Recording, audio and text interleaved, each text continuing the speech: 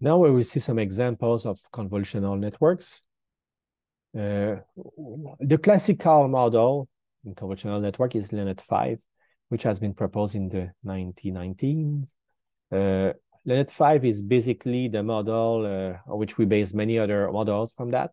It was LeNet5 because it has 5 layers, basically 3 convolution layers, plus 2 fully connected layers. And in between, there are like 2 average pooling layers that are pooling the convolution layers.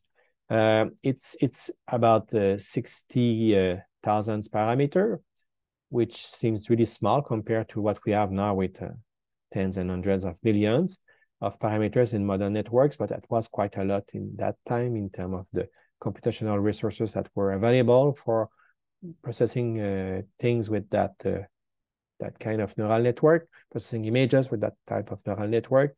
And it looks like that. So basically, we have images that are, you should note these are quite a small resolution, 32 by 32. It's relatively small images that were given to our first layer of convolutions. We have 6 filters here that were going through the image and giving us, as results, 6 different channels, where we do some pooling here, average pooling, if I remember well. And then we have another set of layers here with like let's say a second convolution, and then we go down to another convolution and so on, and then we achieve the last 2 layers, which are fully connected layers that were able to map everything into the 10 classes of our problem if we were dealing with MNIST. And MNIST was the commonly used benchmark problem that goes with LeNet5. So this is the old model that was the source or the origin of many others. So we have now AlexNet, which is a network for object recognition, which is much more recent. It's still relatively old now. It has a little more than 10 years. It was the winner of the ImageNet 2012 contest. So it was really the approach that showed a big breakthrough of using deep learning for object recognition, and that participated to ImageNet with this big gain compared to the other more standard computer vision approaches. So, and the point with AlexNet is what it was designed and implemented for running on GPUs. So this was not the first model that was used for running on GPUs, but it was still the one that really exploited that well and was able to train these big networks on the huge ImageNet dataset. And it is used often used right now as a basic model for representation transfer. So maybe not that much anymore right now, but it has been used regularly in many research papers over the years, because it was really good to be transferred. Once trained on ImageNet, AlexNet model was usable for other tasks and was performing relatively well in terms of representation transfer. So it is made of 8 convolution layers, some max pooling layers, and 3 fully connected layers. We can see it as a direct descendant of LeNet5. It is really inspired by LeNet5, but with some changes, some scaling that has been done. We should note, for example, that there were like big convolutions of size 5 by 5 and then size 3 by 3. There is like big layers at first, and then goes on with 3 fully connected layers in the end. So it was much, much bigger than LeNet5, but the overall architecture was quite in line with it, and everything was run on GPUs. Now we also have VGGNet, which is another iteration over AlexNet, so greater depth with simplified topology. So it is the winner of the following year, ImageNet 2013 contest. So that brings also big improvements. It shows that depth is critical for good performance. So VGG is basically deeper than AlexNet, but with 3 by 3 convolutions only, no 5 by 5 convolutions, 2 by 2 max pooling, 3 layers are fully connected, and 16 layers in total. So that's why we call it often VGG 16. There are some other variations with more layers. VGG 19, I think, is available, and several others. So these are different versions of VGGNet, which looks like this. So it's not that much different from AlexNet or LeNet5, even though it has been, I would say, simplified and reorganized in some ways. It's the same idea of having convolutions, ReLU, max pooling, several layers of these combinations, and in the end, some fully connected layers and softmax for the class decisions. Now we have the residual networks, which we call ResNet, which is a departure from the previous approaches. You know, with LeNet5, AlexNet, BGG, we are more or less dealing with the same kind of architecture. Here we have the residual networks, which are allowing direct connections between non-adjacent layers. So this is what we call skip links. So these skip links are connecting like the X here directly with the output. So the X is going through the two layers here. So we call this f of X. So basically the application of layer 1 and layer 2 with ReLU over that X. We've got that result here, but we combine that result with the original X, which is transferred as is through the skip link, and that is passed to the ReLU for the next layer. So this kind of connection is useful in many ways. First, it allows much deeper and more efficient networks. So that was the architecture, the basics of ImageNet 2015 winner with 3.57% on top 5 error, which is really great. So, and that was achieved by quite deep networks, because with this architecture, we can go with not just 16 layers, but we can go with 20, 30, 100 layers. This is something we saw with ResNet that was possible thanks to the skip links in the residual network. And the idea is that these skip links allow to get a signal that will propagate over the layers, because, you know, with a regular network like the previous ones, the signal, the back propagation go through each layer one at a time. And so if we have a relatively poor layer, a layer that is kind of removing a lot of the signal, either in forward when we are trying to make decisions, or in the back propagation where we try to correct the weights, if a layer is kind of destroying the signal that is useful, it will make the network much less efficient. Why with these skip links, you know, if we have a layer that is hurting performance, we can always have the signal that is going through this skip link, and that is kind of skipping the problematic layer. So it's much better in allow better propagation of information to the network. And also the idea that maybe in the last layers, we may benefit from having, I would say, not just the high level signal extracted by the previous layers, but possibly a more lower level information that may be helping to make even better processing of the information over the layers, especially the layers deeper in the network.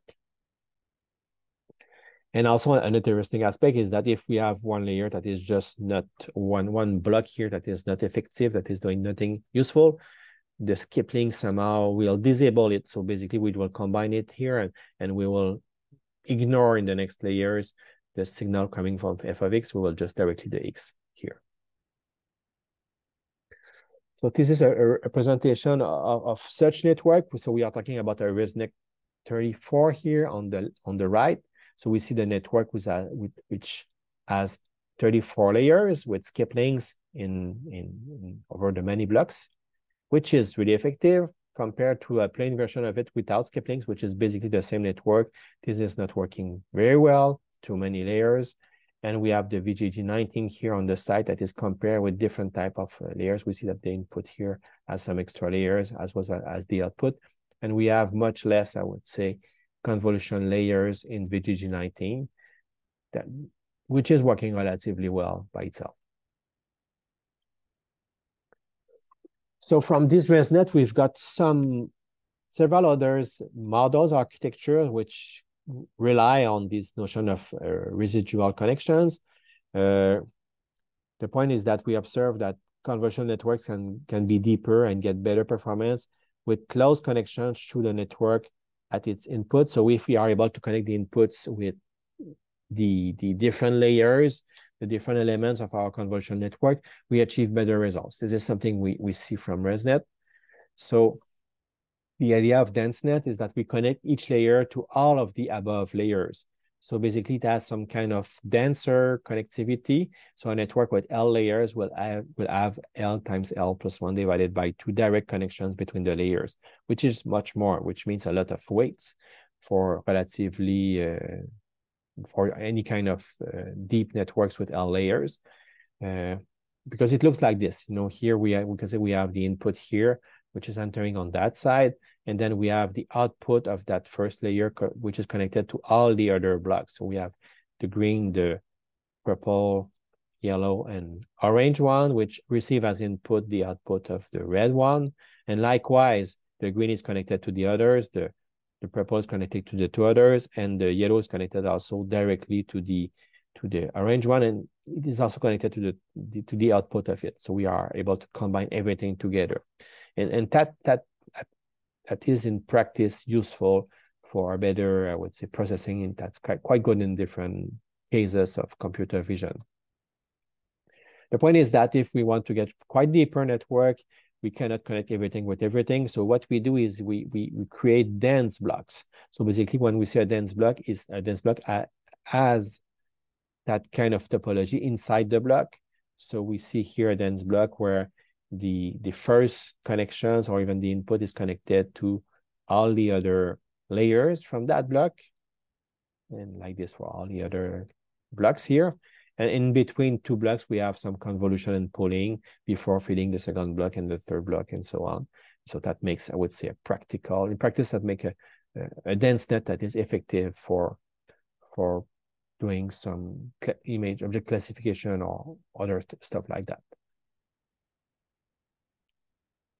So the point is that each layer, the point with a dense block is that we will have this dense connection, but we can have, I would say, blocks that are relatively narrow that can contain only a few neurons. So it is making a different trade-off in the topology in terms of connectivity and size of the layers and depth of the network. So this different trade-off is working in practice. Now we go with efficient net. So efficient net is in fact dealing with this idea of adjusting the convolution network size. The question is like how to make a good adjustment. I mean, how to adjust the neural network to perform efficiently according to the available resources. The idea is that if the image resolution is higher, the performance is usually quite better, but the resources required in terms of depth and width of the neural network are greater to be able to capture the image details. So it is useful to better capture the image details, but to have higher resolution, but at the same time, it requires bigger network. So the idea of efficient net is to say, if we are like simplifying everything to have one parameter that is adjusting the size, we want to be able to define the adjustment in terms of depth, width, and resolution according to that single parameters. So we will define the depth as a number of network layers, and this is done according to alpha power phi. So phi is our factor that we want to be able to adjust, and we see the number of network layers will be proportional to this alpha power phi. Likewise, the width, so this is the number of network layers. The depth, the width is the number of channels in each layer, and this is done according to beta power phi. And the resolution is also done according to gamma power phi. So we have this kind of three ways of expressing depth, width, and resolution. But now we need to figure out what will be the alpha, beta, and gamma to use. So we can determine them experimentally by some kind of grid search. And the idea is to find out the values of alpha, beta, and gamma, giving us a new topology of efficient net according to depth, width, and resolution that will maximize performance while, I would say, doubling the resources. So we know the number of parameters is proportional to alpha times beta square times gamma square. So if we say we are doubling here the resources available, so the number of parameters in our model, what will be the value of alpha, beta, and gamma that will maximize performance? And so we want to set this up in a way that, yeah, alpha times beta square times gamma squares will be about to be equal to 2 compared to what we have currently, which is equal to 1. So it is equal to 1 in the sense that, you know, we have a lower phi values that get us to this scale. So this is a kind of a rule of thumb that is effective in practice that allow us to scale the efficient net in different ways by using these factors that are empirically tuned. And efficient net overall is based on the mobile net v2 architecture. So it has some kind of reverse bottleneck of residual connection. So that's a specific architecture that is working quite well in terms of having a slim but effective convolutional neural network. So the size adjustment in efficient looks like this. So we have, I would say, some kind of baseline here.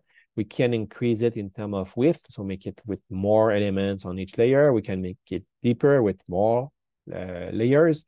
We can change the resolution also. And if we just put all these together, I would say we call this compound scaling. So how can we change the phi such that the resolution, depth, and width will be modified according to some factor and still be quite effective? And so we saw that for the same resources, so basically the same number of parameters, EfficientNet offers superior performances. And that's quite striking. You know, we can get really good performances with much smaller neural networks. So here, if compared to other networks, we've got really great networks, but these are big, quite big, while EfficientNet is able to perform well with much less parameters. So that's really the point of EfficientNet, to be able to be effective with smaller networks. 8 versions have been proposed in the original paper with different resource performance trade-off. So we see them like from B0, which is the smallest, to B7, which is the biggest. And we see now the range of variations we can obtain on this benchmark. And the point with EfficientNet is that it's a nice architecture to be used on mobile devices or edge computing. Edge computing is the idea of having devices on the cloud that are in fact on the edge of the cloud, that are in our current environment. We talk like smart assistant or smart devices in a house, where we can do some computation, but these devices are connected on the cloud also. But you know, we want to compute stuff locally on these devices, which are quite limited, which are basically embedded system with a limited capacity processor. And the last architecture we'll see is the UNet. So far, the networks we saw was basically for object recognition. So these are classification tasks. But there are some other possible tasks in vision, like detection, tracking, etc. The one we care today with UNet is segmentation. So the point is to be able to identify coherent regions in the image. So it says in an image, we have some parts which are like, I would say, correspond to a person, correspond to a wall, correspond to the street, for example, the sky. So all these different regions are segments of the region, and we want to be able to do the segmentation to really identify coherent regions in the image with a neural network. So it gives some kind of label to a region. So it defines a region and identify it, for example, with a label. So the UNet has been proposed for that. At first, it was proposed for biomedical imaging, but it appears that it was working in general in many other contexts. It's not specific to biomedical imaging. So it's a fully convolutional network. So basically, there is no fully connected layers in the end. It's convolution all over the place. So it has as input an image and as output another image. So it's kind of processing the image over these convolutions. It does some kind of information compression, similarly to an autoencoder. So basically, it's kind of squeeze up stuff in some ways over the encoder part. So, and we have a really compressed representation at the end of the encoder, and then we decode it and to expand it into the resulting image. But over this kind of encoder decoder model, we have also skip links. So we have direct connection between layers of dealing with same size images. So that's really good because it allows to preserve the structure. And the point is that when you do the encoding, you kind of try to compress stuff to really extract relevant information, which are more high level. But at the same time, we keep the spatial structure through the skip links that are kind of preserving information finally over the different pixels. So it looks like that. You know, we have this kind of input. We have several convolution layers here until the end of this block. And we have a skip link connecting this block to so it's the first block of convolution connected to the last block of convolution before the output. So we have a skip links like this, but we have the information that is going on in this U shape. So this is why we call this a UNet, because it is in the U shape. And then we have these links between different parts of the U's that are aligned together.